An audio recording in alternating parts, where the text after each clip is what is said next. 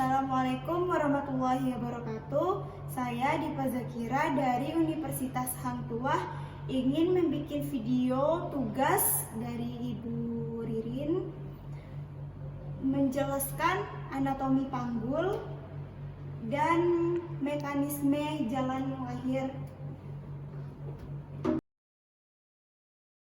Tulang panggul terbagi jadi 3, yaitu ostopsai, sacrum, dan oscopsigis. Ostopsai terbagi jadi 3, yaitu ilium, isium, dan pubis. Di tulang ilium itu ada namanya crista iliaca, dan yang ada tonjolannya spina iliaca anterior superior,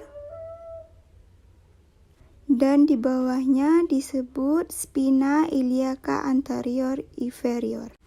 Yang di belakang namanya spina iliaca posterior superior, dan bagian bawahnya spina iliaca posterior inferior. Dan ini bagian linea terminalis. Dan isium terdiri dari spina ischiadica, incisura mayor, incisura minor, dan tuber ischiadica. Di bagian kubis ada corpus pubis, ramus superior kubis, dan kiri dan kanan ramus inferior kubis. Foramen actoratorium dan foramen sacralia anterior.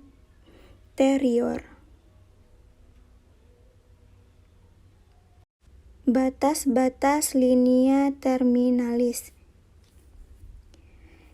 Kedua ostopsai dengan tepi ventral basas sacrum. Linea terminalis ini terbagi menjadi 2, yaitu pelvis mayor dan pelvis minor.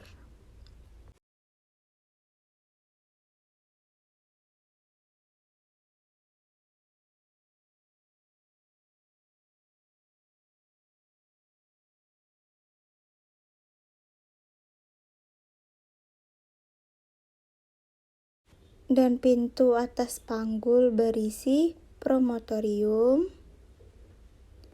linea terminalis atau immominata,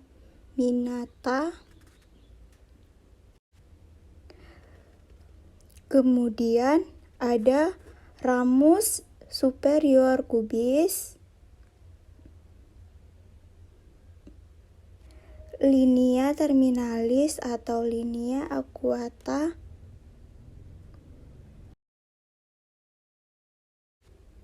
pintu bawah panggul ligamentum sacro-oxygis atau ujung bawah,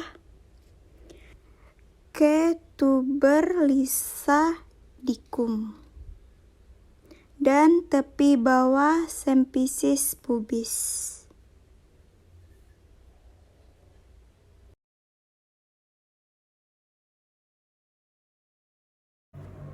Anatomi kepala. Bagian frontal, tempora,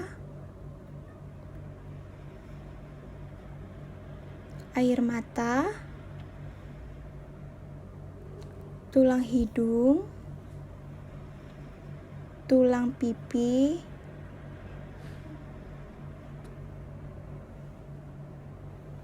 tulang rahang atas, rahang bawah, bagian zigomatic,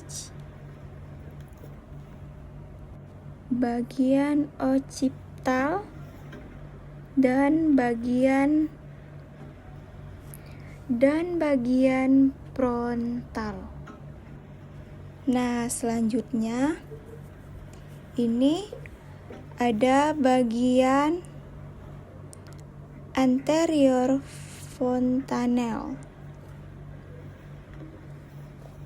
Dan selanjutnya anterior fontanel dan frontal sutur dan coronal. Selanjutnya sagittal sutur dan yang terakhir lambdoid sutur. Yang pertama, proses persalinan adalah engagement. Engagement adalah kepala sudah memasuki pintu atas panggul. Dengan adanya kontraksi, maka kepala akan terus turun dan proses penurunan ini disebut dengan descent. Pada waktu kepala turun, posisi struktura sagittalisnya dalam keadaan melintang dan sejajar dengan jalan lahir. Ini disebut dengan synthetismus. Nah, ini namanya synthetismus. Lalu kepala janin mendekati promotorium, maka disebut dengan asiklitismus. Apabila kepala janin mendekati simplitis ini disebut dengan asiklitismus posterium. Ini namanya sinklitismus, sintiklismus, dan asintiklismus posterium. Tahap selanjutnya adalah fleksi. Ketika kepala bayi ini sudah hampir mendekati HOT3 atau spina ischiadica dan menyesuaikan dengan jalannya lahir, maka kepala bayi akan mengalami fleksi. Yang dimana fleksi itu bagian dagu mendekati dada janin.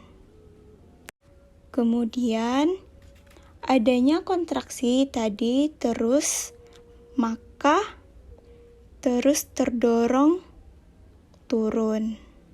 Karena terhambat oleh oksigis, maka terjadilah peristiwa putaran faksi dalam. Karena itu sekaligus menyesuaikan dengan jalannya lahir. Selanjutnya, janin akan mengalami ekstensi. Ekstensi adalah kebalikan dari fleksi, yang mana fleksi itu adalah dagu mendekati dada janin, sedangkan ekstensi itu adalah dagu menjauhi dada janin. Setelah putaran fleksi luar selesai, maka terjadilah eksklusi, yang mana janin akan lahir seluruhnya. Posisi janin saat keluar itu tidak lurus seperti ini, tapi variantal seperti ini.